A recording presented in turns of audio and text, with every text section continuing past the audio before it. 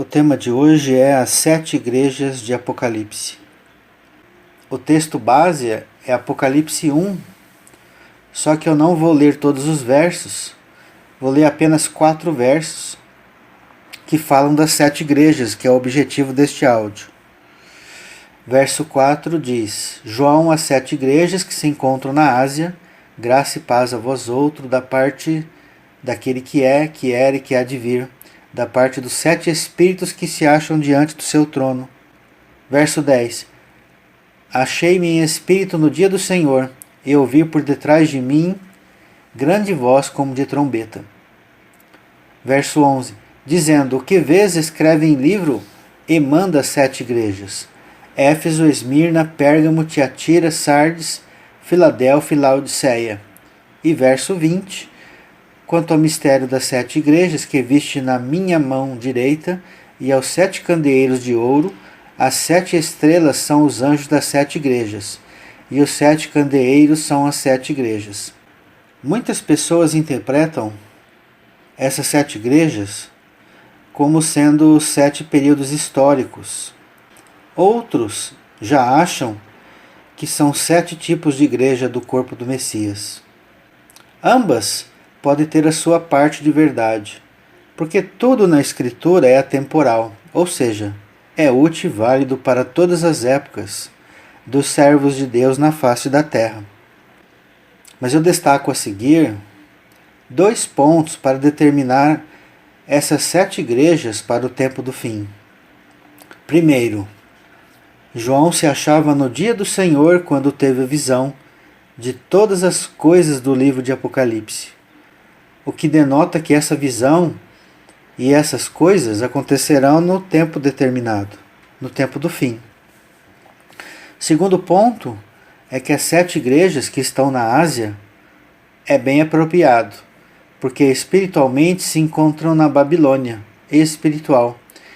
E a mensagem central é a do livro de Ezequiel, direcionada à casa de Israel, uma casa rebelde e que era para sair da Babilônia.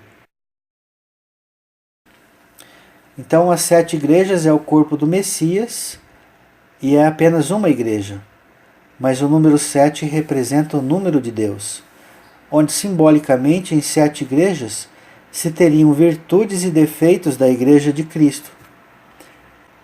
Lembre-se que na igreja de Cristo na terra, até a colheita, há nela o trigo e o joio, a virgem prudente e a tola, o servo fiel e o servo infiel, portanto com virtudes e defeitos, acertos e erros. Deus procura exortar a quem está acertando, aquele que está servindo ao Eterno, para que persevere no caminho.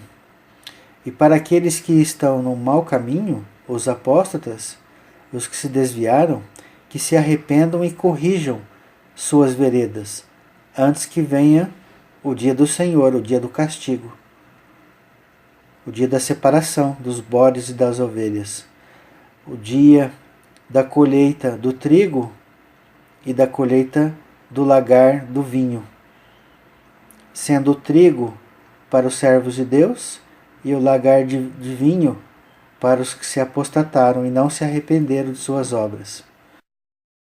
Cada igreja tem um anjo, um espírito, porque nós sabemos que anjos são espíritos ministradores, segundo Hebreus 1,14, e são também comparados a estrelas, como no texto que eu li aqui em Apocalipse 1, verso 20. São os 7 anjos que tocam as 7 trombetas. Apocalipse 8:2. Então vi os 7 anjos que se acham em pé diante de Deus, e lhes foram dadas 7 trombetas. São também esses 7 anjos que derramam as 7 taças da ira, da cólera de Deus na terra. Apocalipse 16:1. Ouvi, vinda do santuário, uma grande voz, dizendo aos 7 anjos: Ide e derramai pela terra as 7 taças da cólera de Deus. E quem deu essas 7 taças aos 7 anjos? Apocalipse 15:7.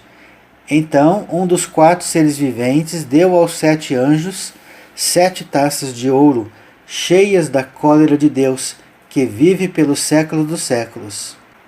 E um desses 7 anjos das 7 igrejas mostra a João a destruição da prostituta de Apocalipse 17.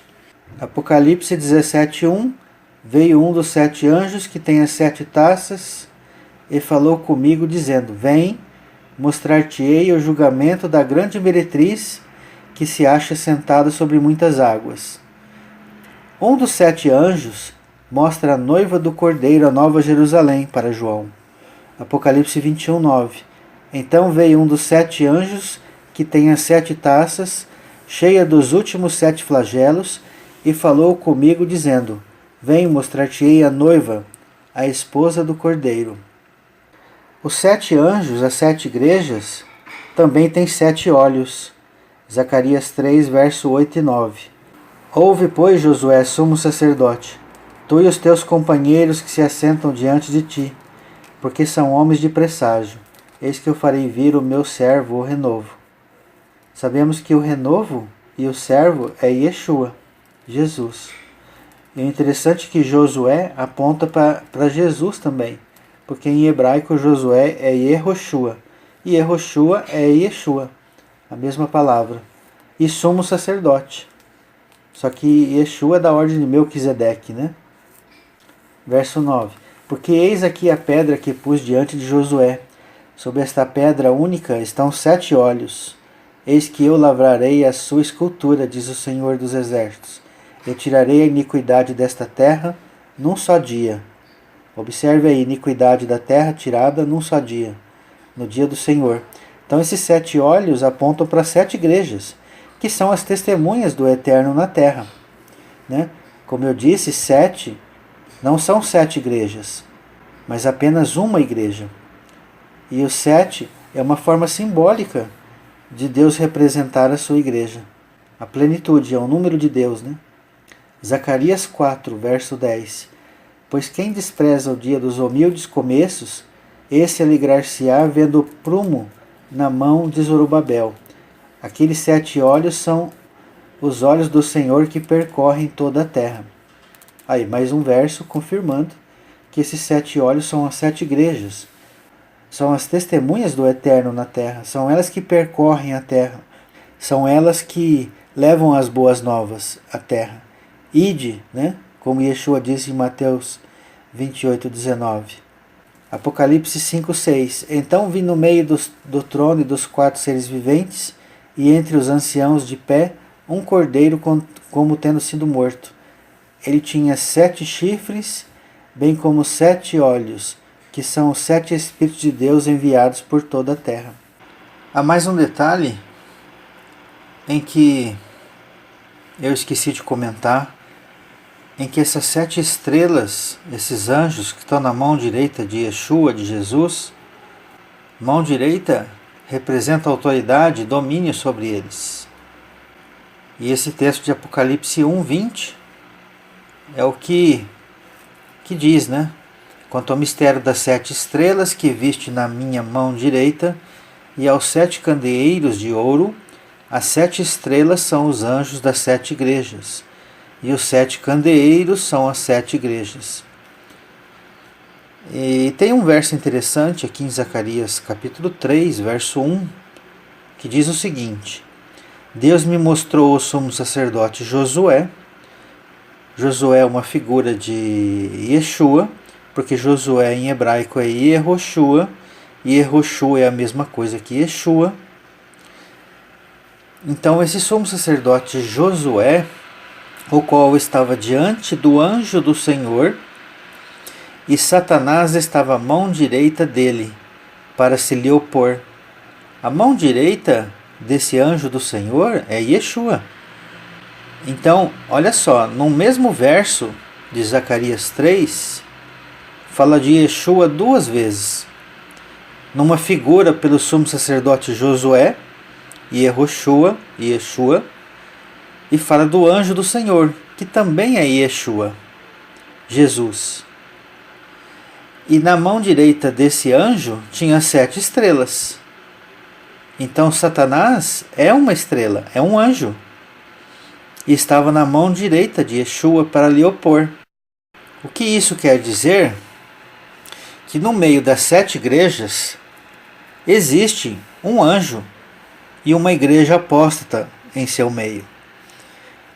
A gente vê uma figura também, a mulher de Apocalipse 12, que tem 12 estrelas. Aí já não é 7, é 12. Mas é apenas uma forma diferente de Deus contar a mesma história. Então essa mulher de Apocalipse 12, ela tem 12 estrelas e 1/3 delas cai na terra por causa da cauda do dragão, que é o falso profeta, que ensina mentira, segundo Isaías 9, verso 15. E são esses que caíram, os apóstatas, aqueles que se declaram judeus e não são. Dentro das 7 igrejas, nós encontramos 2 onde tem essa repreensão. Então nós podemos tirar daí o seguinte: assim como Apocalipse 12, 1/3 das estrelas caiu na terra por causa da cauda do dragão, do falso profeta, 1/3 dessas 7 igrejas e desses 7 anjos está corrompido, se rebelou contra o Eterno. Apenas para comprovar que Yeshua é o anjo do Senhor, nós temos o texto de Êxodo 23, verso 20 e 21. Eis que envio um anjo adiante de ti, para que te guarde pelo caminho e te leve ao lugar que tenho preparado. Guarda-te diante dele e ouve a sua voz, e não te rebeles contra ele, porque não perdoará a vossa transgressão, pois nele está o meu nome. Você já viram algum anjo perdoar pecados?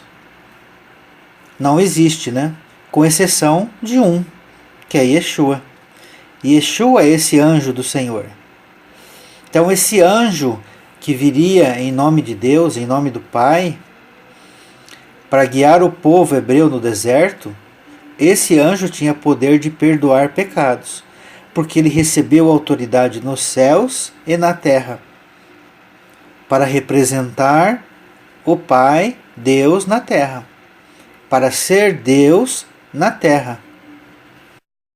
Como a palavra de Deus diz aqui em Êxodo 23, 21, diz que esse anjo que andaria à frente do povo, esse anjo do Senhor, ele tem o nome de Deus, no final do verso 21 aí. E Yeshua, ele contém o nome de Deus. E Yeshua, Yah, salva. Yahvé, salva. Adonai, salva. O Eterno, salva. O próprio nome de Jesus, de Yeshua, traz o nome embutido. O próprio nome de Jesus, de Yeshua, traz embutido o nome de Deus. E esse povo hebreu era guiado por uma pedra, por uma rocha que saía água. Então a gente vê o texto, e além desta água, tinha o maná diário, né? Com exceção do dia de sábado. E no texto de 1 Coríntios 10, fala dessa rocha, dessa pedra que minava a água. Então 1 Coríntios 10, verso 3 e 4. Todos eles comeram de um só manjar espiritual, e beberam da mesma fonte espiritual, porque bebiam de uma pedra espiritual que os seguia, e a pedra era Cristo. Magnífico esses textos. Então observem que como a Escritura nos ensina a olhar as coisas espiritualmente. Infelizmente, muitos ainda desprezam esse tipo de interpretação, esse tipo de meditação que devemos fazer nos textos bíblicos, onde a própria Escritura explica-se a si mesma. Então, estamos chegando ao final deste estudo.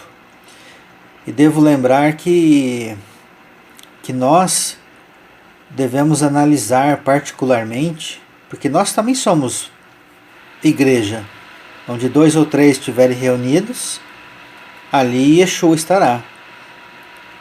E somos igreja quando 2 ou 3 estivermos reunidos. E devemos analisar se particularmente nos encaixamos nas virtudes e nos defeitos em cada uma dessas 7 igrejas. Podemos, dependendo da nossa análise íntima, nos encaixar em uma delas, em 2, 3, 4, ou quem sabe até em todas elas. Então é esse cuidado que devemos ter nessa análise criteriosa. E se tivermos pecados, defeitos, devemos nos arrepender enquanto ainda é tempo, antes que venham os dias maus. Então, nos próximos estudos, irei detalhar cada uma das 7 igrejas, para que esse estudo não fique muito grande. Então, neste breve estudo, finalizo dizendo que essas 7 igrejas é o corpo do Messias, representado pelo número 7, o número de Deus, e que representa a sua totalidade, que não são 7, é apenas uma. Como eu disse, é uma forma simbólica de representar o corpo do Messias. Espero que os irmãos tenham apreciado mais esse estudo e até a próxima. Shalom, shalom.